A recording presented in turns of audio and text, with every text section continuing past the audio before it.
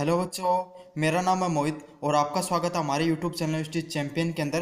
तो जैसा कि आप जानते हो कि आपका जो इतिहास का जो सेकंड सेमेस्टर का पेपर या BA first year non college के विद्यार्थी हो, तो आपका जो history of the modern world आधुनिक विश्व का इतिहास, इससे संबंधित आपका पेपर होगा। चाहे आप किसी भी यूनिवर्सिटी के विद्यार्थी हो, राजस्थान यूनिवर्सिटी को, चाहे शेखावाटी यूनिवर्सिटी को, चाहे ब्रज यूनिवर्सिटी, चाहे मध्य यूनिवर्सिटी का, तो इन सब का सेम ही कोर्स है और सेम ही टॉपिक आएंगे आपके। तो मैं आपको बता देता हूँ आपका पैटर्न किस प्रकार रहने वाला है। सबसे पहले आपको बच्चों की डिमांड रहती है कितने नंबर का पेपर होगा। तो पेपर है वो आपका 120 नंबर का होगा। ठीक है, टोटल मार्क्स 150 बनते हैं, प्लस 30 नंबर आपके इंटरनल एग्जाम के होंगे। इस प्रकार कुछ आपके 150 नंबर बनेंगे। 120 नंबर का थ्योरी का पेपर होगा, 30 नंबर आपके इंटरनल एग्जाम के होंगे। तो मैक्सिमम मार्क्स कितने हो गए? 150 हो गए। अब जो आप एग्जाम पास करोगे तो ये मेजर एग्जाम का पेपर आपका, जैसा कि आपको पता है ये मेजर एग्जाम का पेपर है, तो इसको पास करना आपको अनिवार्य है। तो इसके जो आपको, अगर जैसे हिस्ट्री फर्स्ट में आपका बैक रह गया और सेकंड में रह गया, तो आप फेल होने की भी संभावना है इसकी। तो इस एग्जाम को जब आप पास कर सकते हो तो न्यू एजुकेशन पॉलिसी के हिसाब से आप क्रेडिट सिस्टम से भी पास कर सकते हो। तो इस एग्जाम को पास करने के लिए आपको कितने नंबर चाहिए? 6 क्रेडिट पॉइंट मिलेंगे। ठीक है, तो ये तो थी कितने नंबर का आपका पेपर होगा। अब किस प्रकार से आपके प्रश्न पत्र आएगा, पहले मैं उसकी भी बात कर लेता हूँ। अब अपन बात करेंगे कि एग्जाम का पैटर्न किस प्रकार होगा, क्योंकि पहले क्या होता था, पहले सिर्फ 3 यूनिट आती थी। मतलब इससे पहले बीए फाइनल ईयर का सेकंड पेपर हुआ करता था, लेकिन अभी बीए फर्स्ट ईयर के सेकंड सेमेस्टर में इसको जोड़ दिया गया है, history of the modern world को। तो पहले क्या होता था, 3 यूनिट हुआ करती थी, और आजकल क्या कर दिया, इसी चीज को 4 यूनिट में कन्वर्ट कर दिया गया है। तो टोटल आपके 10 आएंगे वेरी शॉर्ट क्वेश्चन, मतलब अति लघुतरात्मक क्वेश्चन। ठीक है, एक पर्सन होगा वो 2 नंबर का होगा। तो इस प्रकार कुल कितने नंबर हो गए आपके? 20 नंबर हो गए। चारों यूनिट से आपके 10 छोटे वाले क्वेश्चन आएंगे, सभी अनिवार्य रूप से आपको करने होंगे। ठीक है, आपको ये बात ध्यान रखनी है। तो एक पहले जो अति लघुतरात्मक कितने नंबर के हो गए? 20 नंबर के हो गए। अब 20 नंबर के आपके होंगे लघुतरात्मक प्रश्न। अब देखो इसका अलग अलग पैटर्न है। कुछ यूनिवर्सिटी में 5 लघुतरात्मक प्रश्न पूछ लिए जाएंगे आपके, कुछ यूनिवर्सिटियों में 2 पूछे जाएंगे। तो राजस्थान यूनिवर्सिटी के विद्यार्थी हो तो इसमें तो अभी आपको 2 ही प्रश्न पूछे जाएंगे जो 10-10 नंबर के होंगे।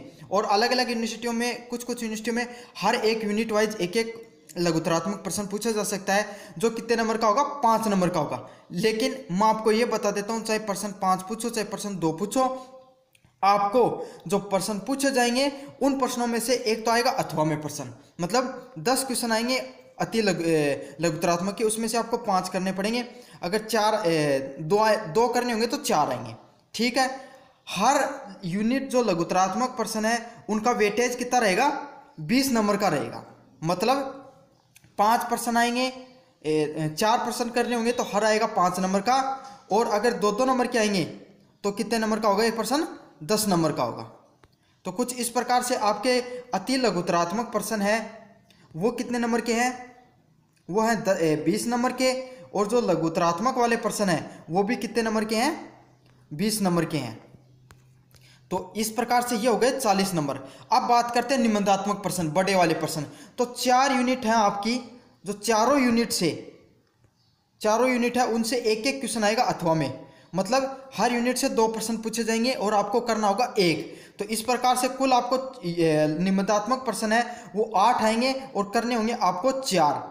और तो हर प्रश्न होगा वो कितने नंबर का होता है? 20 नंबर का होगा। ठीक है, और टोटल नंबर कितने बन गए? 80 नंबर बन गए। तो इस प्रकार से आपका टोटल काउंटिंग कितनी हो गई? 120 की हो गई। मतलब अति लघुतरात्मक प्रश्न है, वो कितने नंबर के आ गए? 20 नंबर के। लघुतरात्मक प्रश्न आ गए आपके 20 नंबर के। और जो निबंधात्मक प्रश्न है वो कितने नंबर के आ गए? 80 नंबर के। तो कुछ इस प्रकार आपका वेटेज बन गया 120 नंबर का। और 30 नंबर आपके इंटरनल एग्जाम जाएंगे। खास बात बता देता हूँ, इस एग्जाम को आपको पास करना अनिवार्य है। अगर आप नहीं करते हो तो आपको पेपर बैक रह सकता है। सभी रह सकते हैं पेपर बैक, लेकिन अगर आपका पेपर जो फर्स्ट ईयर में भी बैक रह गया हिस्ट्री का, तो आपको फेल होने के चांसेस बन जाते हैं इस चीज़ से आपके। अब देखो मॉडर्न वर्ल्ड की जो हिस्ट्री है इसका मैं सिलेबस भी आपको बता देता हूँ, लेकिन इससे पहले मैं बता देता हूँ, अगर आप इंपॉर्टेंट क्वेश्चन देखना चाहते हो तो इस वीडियो को थोड़ा आगे कर लेना, 6 से 7 मिनट आगे कर लेना। मैंने इंपॉर्टेंट क्वेश्चन दे दिए हैं, सिर्फ 10 क्वेश्चन दिए हैं, 8 से 10 क्वेश्चन। अगर वो कर लोगे तो आप आराम से बहुत अच्छे अंक प्राप्त करोगे, क्योंकि पिछले जितने भी दिए थे उनका बहुत अच्छा परफॉर्म रहा था हमारा। यूनिट फर्स्ट से क्या आता है, मॉडर्न वर्ल्ड के बारे में बताना है, ठीक है। उसके बाद में जो reforming of the economic changes, मतलब कैपिटलिज्म और जो पुनः जागरण हुआ था, उससे जो पूंजीवाद का जो पैदा हुआ है उस पर बात करनी है आपको। यूनिट फर्स्ट में एक पर्सन आएंगे, मतलब पुनः जागरण वाले पर्सन आएंगे। साथ के साथ द अमेरिका एंड रिवॉल्यूशन, जो अमेरिका की क्रांति हुई है, ठीक है, फ्रेंच की जो क्रांति हुई है, और जो नेपोलियन बेनपार्ट। तो ये 3 प्रकार के पुनः जागरण वाले पर्सन।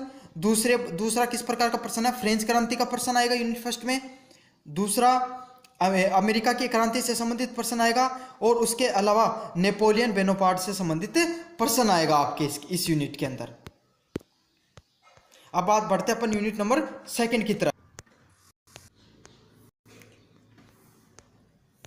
अब बात कर लेते हैं अपन यूनिट 2 के अंदर आपके किस प्रकार के पर्सन आएंगे। तो पहला पर्सन होगा इंडस्ट्रियल रिवॉल्यूशन। इंडस्ट्रियल रिवॉल्यूशन मतलब औद्योगिक क्रांति से संबंधित जो पर्सन होंगे भाई, उसके क्या कारण रहे और जो प्रभाव रहे, ये सभी चीज़ों से संबंधित पर्सन आएंगे। फिर जो दूसरा पर किस प्रकार का पर्सन आएगा, revolution of the 1830 and 1848 in Europe. तो यूरोप के अंदर जो 1830 व 1848 की जो क्रांति हुई थी उससे संबंधित पर्सन आएंगे। The rise of nationalism in 19th century, मतलब राष्ट्रवाद 19वीं शताब्दी के अंदर राष्ट्रवाद का किस प्रकार उदय हुआ, इस प्रकार के पर्सन आएंगे। फिर इसके अंदर सीधी सीधी बात है, एक ही पर्सन जो महत्वपूर्ण बनता है वो कौन सा बनता है, औद्योगिक क्रांति वाला। औद्योगिक क्रांति के विश्व पर पड़े हुए प्रभावों की विवेचना कीजिए, ये पर्सन सबसे ज्यादा मोस्ट इंपॉर्टेंट है। अब बात करेंगे national unification Germany and Italy and the special reference of the Bismarck diplomacy. तो बिस्मार्क के द्वारा जो जर्मनी के एकीकरण का जो सिद्धांत दिया गया था वो, और इटली का उस पर क्या प्रभाव पड़ा, इटली और जर्मनी का जो एकीकरण हुआ था उस पर बिस्मार्क का क्या प्रभाव पड़ा, ये वाले पर्सन आएंगे इसके अंदर। और साथ के साथ जो एक क्वेश्चन आता है, age of conservation and the modernisation of Japan. तो जापान के आधुनिकीकरण पर क्या कीजिए, टिप्पणी कीजिए। तो ये वाले पर्सन है। इसमें सबसे ज्यादा अगर मोस्ट इंपॉर्टेंट क्वेश्चन है तो इंडस्ट्रियल रिवॉल्यूशन वाला पर्सन है, और उसके बाद में जो बिस्मार्क वाला पर्सन है, बिस्मार्क का जर्मनी के एकीकरण पर टिप्पणी कीजिए। ये 2 पर्सन यहां से महत्वपूर्ण है। अब अपन बढ़ेंगे यूनिट नंबर 3। अब यहां से क्या किस प्रकार का प्रश्न निकल के आया, growth of imperialism and colonialism exploitation of the new world with the special reference of countries of Asia and Africa.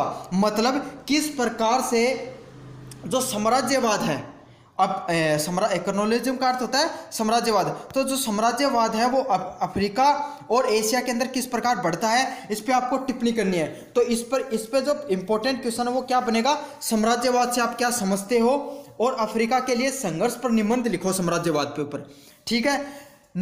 अगला इसमें क्या आता है, nature of Europe imperialism in China.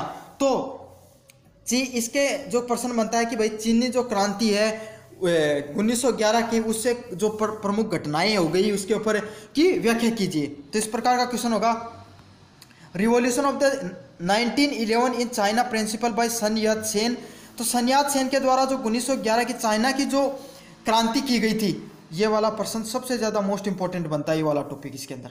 जो सन यात सेन के द्वारा 1911 की चाइना की क्रांति की गई थी, इस पर महत्वपूर्ण टिप्पणी कीजिए, ठीक है। फिर अगली अपन बात करें तो क्या है, the Russian revolution of the 1917। तो रशिया के द्वारा जो 1917 की जो क्रांति, इस पे बात करनी है आपको। The great economic depression and recovery. तो जो इकोनॉमिक की जो आर्थिक दशा खराब हुई, इस पे बात करनी है। और इटली एंड जो जर्मनी के अंदर जो नाजीवाद हुआ था, जो हिटलर का नाजीवाद था और फासिज्म हुआ था इटली का, इस पे आपको टिप्पणी करनी है। मैं आपको बता देता हूँ, ये काफ़ी महत्वपूर्ण होने वाला आपके लिए। अब बात करते हैं लास्ट टॉपिक के ऊपर, टॉपिक नंबर। अब बात करेंगे लास्ट यूनिट के ऊपर, यूनिट नंबर 4 की तरफ, second world war and cause and consequences. तो सेकेंड वर्ल्ड वार के जो क्या क्या कारण रहे और उसको किस प्रकार जीता गया। United Nation organisation objective achievement and limitation. तो संयुक्त राष्ट्र संघ की जो क्या क्या कमियां रही और क्या क्या लिमिटेशन रही, तो मैं बता देता हूँ। पहले 2 टॉपिक है ना, यही पढ़ लेना, इसी से आप पास हो जाओगे। The China revolution of 1949, civil right movement. तो जो मार्टिन लूथर मैक्लोम के द्वारा जो वुमेन राइट से संबंधित बातें की गई थी, और कोल्ड वॉर व पोस्ट कोल्ड वॉर मतलब शीतकालीन युद्ध के बाद की कहानी और शीतकालीन युद्ध से पहले की बातें। तो ये कुछ प्रकार के प्रश्न हैं जो इम्पोर्टेंट हैं। धन्यवाद। और अगर इसके बाद में जो मैं महत्वपूर्ण प्रश्न डालूंगा वो पढ़ लेना, आपका उससे बहुत ज़्यादा हेल्प होगी। इंग्लिश मीडियम और हिंदी मीडियम दोनों के लिए डाले गए। हेलो बच्चों, मेरा नाम है मोहित और आपका स्वागत है हमारे यूट्यूब चैनल स्ट्रीट चैंपियन के अंदर। तो आज अपन देखेंगे जो बीए सेकंड सेमेस्टर का इतिहास का जो पेपर होता है, आधुनिक विश्व का इतिहास, उससे संबंधित महत्वपूर्ण प्रश्न। चाहे आप बीए सेकंड सेमेस्टर के विद्यार्थी हो या बीए फर्स्ट ईयर के विद्यार्थी हो, जो आपका सेकंड पेपर होता है फर्स्ट ईयर वालों का, आधुनिक विश्व का इतिहास, या फिर बीए सेकंड ईयर वालों का होता है, तो इससे संबंधित महत्वपूर्ण प्रश्न देखेंगे। जो पिछले महीने जितने भी गेस्ट पेपर दिए उनका बहुत अच्छा प्रदर्शन रहा है, लगभग 60 से 70% से प्लस के क्वेश्चन लगभग पेपरों में आए हैं। साथ ही साथ मैं आपको बता दूं, मैं जो भी पीडीएफ होती हैं, नोट्स होते हैं क्लासेज के, वो मैं टेलीग्राम चैनल पे डाल देता हूँ। टेलीग्राम का जो लिंक है वो मैंने मेरे कमेंट बॉक्स में डाल दूंगा, आप वहाँ से टेलीग्राम जरूर से ज्वाइन कर लीजिए। चैनल को जरूर सब्सक्राइब कर दो क्योंकि यहाँ पे फ्री क्लासेस भी आपको मिलेंगी। और साथ साथ इंग्लिश मीडियम के भी क्वेश्चन है वो लास्ट में कराऊंगा आपको। चलो शुरू करते हैं अपन आज का पहला क्वेश्चन। धर्म सुधार आंदोलन से आप क्या समझते हो? इस आंदोलन के यूरोपीय समाज तथा राजनीति पर क्या प्रभाव पड़ा? ये सारे लॉन्ग क्वेश्चन है। पहले मैं आपको लॉन्ग क्वेश्चन कराऊंगा, फिर छोटे वाले क्वेश्चन बताऊंगा। तो धर्म सुधार आंदोलन से आप क्या समझते हो और इस आंदोलन के यूरोपीय समाज तथा राजनीति पर क्या प्रभाव पड़ा? दूसरा नंबर क्वेश्चन है 1789 ईस्वी की फ्रांसीसी क्रांति के कारणों पर टिप्पणी कीजिए। तो जो 1789 की जो फ्रांस की जो क्रांति हुई थी उसके क्या क्या कारण हुए थे, इसके ऊपर आपको टिप्पणी करनी है। नेपोलियन प्रथम के पतन के कारणों व उसके द्वारा किए गए विभिन्न सुधारों पर टिप्पणी कीजिए। तो नेपोलियन प्रथम के जो पतन हुआ था उसके क्या क्या कारण रहे थे और उसके विभिन्न सुधारों पर आपको क्या करनी है? टिप्पणी करनी है। देखो पहले क्या होता था, पहले यूनिट वाइज क्वेश्चन होते थे। पहले 3 यूनिट आती थी लॉन्ग क्वेश्चन वालों की, अब आ गई है 4 यूनिट। ठीक है, मतलब हर जो 4 यूनिट से आपको 4 क्वेश्चन करने पड़ेंगे, 2 क्वेश्चन आपके अथवा में होंगे। ठीक है, तो हर यूनिट वाइज मैंने आपको 3-3 क्वेश्चन इंपॉर्टेंट दिए हैं, ये आप देख लेना और लगभग चांसेस है इन्हीं से क्वेश्चन आ जाएगा। तो पहला क्वेश्चन है औद्योगिक, दूसरी यूनिट से क्वेश्चन है औद्योगिक क्रांति के परिवर्तनों ने लोगों के आर्थिक, सामाजिक व राजनीतिक जीवन पर क्या प्रभाव डाले, इसकी व्याख्या करो। तो जो औद्योगिक क्रांति हुई थी ना, उसमें लोगों ने के आर्थिक फायदे हो, के सामाजिक और के राजनीतिक फायदे हो, उसका कारण उनका जीवन पर क्या प्रभाव पड़े, इस चीज़ पर ध्यान करनी है, व्याख्या करनी है। ठीक है, यूनिट सेकंड को दूसरा महत्वपूर्ण प्रश्न है बिस्मार्क जर्मनी साम्राज्य का वास्तविक निर्माता था, इस कथन पर टिप्पणी करो। तो बिस्मार्क का वो जर्मनी को वास्तविक निर्माता था, इस पर ध्यान के टिप्पणी करनी है। अब बात करा, अब देखेंगे आप अगला नंबर क्वेश्चन, जापान के विश्व शक्ति के उत्थान के विभिन्न चरणों पर वर्णन कीजिए। भाई के चरण या जो आगे बढ़न का ये चीज था ने बतानी है। इस जो बीए सेकंड सेमेस्टर का जो विद्यार्थी है उनके लिए यूनिवर्सिटी चैंपियन क्लासेज है, उनके द्वारा एक बैच लॉन्च करियो गया है, पेड कोर्स लॉन्च करियो गया है। फ्री क्लासेज तो यूट्यूब चैनल पर चल रही हैं, उसके साथ साथ एक कोर्स भी लॉन्च करियो गया है, ब्रह्मास्त्र बैच। ठीक है, जिसके अंदर क्या मिलेगा था, जो जितनों भी कोर्स है वो का सारा नई शिक्षा नीति के तहत जहाँ हिस्ट्री को है तो सारा का सारा वीडियो लेक्चर थान कराया जाएगा। इजी भाषा के अंदर थान के की जो क्लास नोट्स मिलेंगे, पीडीएफ मिलेंगी। ठीक है, सारा कोर्स को थान रिवाइज करा दिए जो पेपर से 2-3 दिन पहले, और जो स्पेशल इंपॉर्टेंट क्वेश्चन है वह थाने कराया जाएगा। जो कोर्स है उसकी फीस है मात्र 199 रुपया। ठीक है, अगर थे बाजार से कोई भी स्टडी मटेरियल खरीदोगा तो इससे ज़्यादा ही रुपया को पड़ेगा, और थाने लैंग्वेज समझ में नहीं समझ में या भी बहुत प्रॉब्लम रहा है काफ़ी बच्चा का, थान कोर्स खरीदना है तो थे हाँ नंबर आप संपर्क कर लो, 7737311569 नंबर पर कॉन्टैक्ट कर लो और आज ही कोर्स खरीद लो। अब बढ़ांगा आप यूनिट नंबर 3 की तरफ। साम्राज्यवाद से क्या अभिप्राय है? 19वीं शताब्दी में इसके विकास के कारणों का वर्णन कीजिए। तो साम्राज्यवाद से क्या अभिप्राय है और 19वीं शताब्दी में के विकास के लिए के कारण बर या भाई ये पर टिप्पणी करनी है। बी नंबर क्वेश्चन है 1917 ईस्वी में रूसी क्रांति के कारणों का वर्णन कीजिए। तो जो रूसी क्रांति हुई थी 1917 में उसका के कारण रिहाई की थानों पर टिप्पणी करनी है। अब 30वां नंबर क्वेश्चन देखना है 1911 की क्रांति के कारणों, घटनाओं तथा परिणामों की क्या कीजिए, व्याख्या कीजिए। तो 1911 की जो क्रांति हुई के कारण या घटना तथा परिणामों की व्याख्या करनी है था। अब बढ़ाऊंगा यूनिट नंबर 4 की तरफ। 1939 व 1945 के ईस्वी के द्वितीय विश्व युद्ध के कारणों व परिणामों पर टिप्पणी कीजिए। तो के कारण या द्वितीय विश्व युद्ध का उका और उप के परिणाम होने पर थाना टिप्पणी करनी है। अब आगे बढ़ाऊंगा अगला नंबर क्वेश्चन की तरफ। 1949 ईस्वी की चीनी क्रांति के कारणों, घटनाओं तथा परिणामों पर क्या टिप्पणी कीजिए। तो चीनी क्रांति की के घटना और परिणाम री पे थाना टिप्पणी करनी है। अब देखेंगे संयुक्त राष्ट्र संघ के मुख्य अंगों की व्याख्या कीजिए। तो ये था यूनिट 4 का इंपॉर्टेंट क्वेश्चन। ये सभी इंपॉर्टेंट क्वेश्चन पढ़ के चल जाओ, लगभग पेपर 100% से आ जाओगे। अब देखेंगे अति लघुतरात्मक प्रश्न। अति लघुतरात्मक प्रश्न 10 आऊंगा थारा, ठीक है, और सारा अनिवार्य रूप से करना होगा। काफी बच्चा की शिकायत रहे कि माना अति लघुतरात्मक प्रश्न कौन मिला, कौन सा पढ़ना चाहिए, तो मैं थाना करा दूंगा।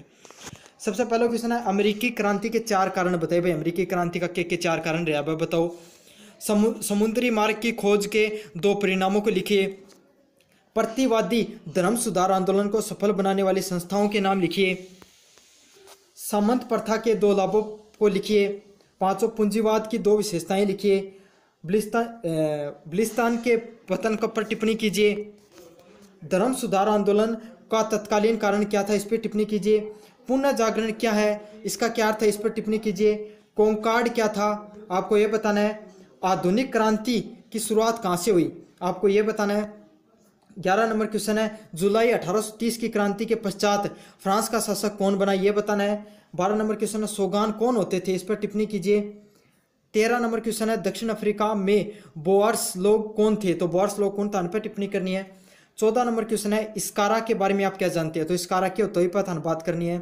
15 नंबर क्वेश्चन है मेक हटन प्रोजेक्ट क्या था, तो मेक हटन प्रोजेक्ट के वही पर बात करनी है। 16 नंबर क्वेश्चन है शीत युद्ध से आपका क्या अभिप्राय, तो शीत युद्ध के हो तो आप देखेंगे आप लघुतरात्मक प्रश्न, ये 4 प्रश्न आएगा के तो था 4 प्रश्न करना पड़ेगा या फिर अथवा में आएगा 2 प्रश्न। अलग अलग यूनिवर्सिटियों को अलग अलग सिस्टम है। पुनः जागरण के में चित्रकला के क्षेत्र में क्या क्या प्रगति हुई, इस पर टिप्पणी कीजिए। धर्म सुधार आंदोलन के धार्मिक कारणों की विवेचना कीजिए। उपनिषद के 4 परिणामों को बताइए। अमेरिकी स्वतंत्रता संग्राम के 4 कारणों को बताइए। फ्रांस के 1789 की क्रांति के प्रमुख परिणामों पर टिप्पणी कीजिए। और प्रथम कौंसल के रूप में नेपोलियन बोनापार्ट ने क्या क्या सुधार किए, इस पर टिप्पणी कीजिए। तो ये सारा का सारा क्वेश्चन था हिंदी मीडियम के विद्यार्थियों के लिए।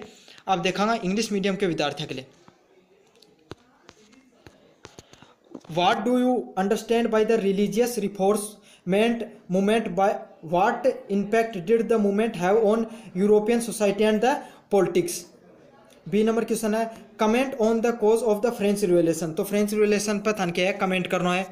सी नंबर क्वेश्चन है comment on the reason for the downfall of the European and the various reform introduce by, तो कौन सा जो रिफॉर्म किया गया ऊपर थाने टिप्पणी करनी है।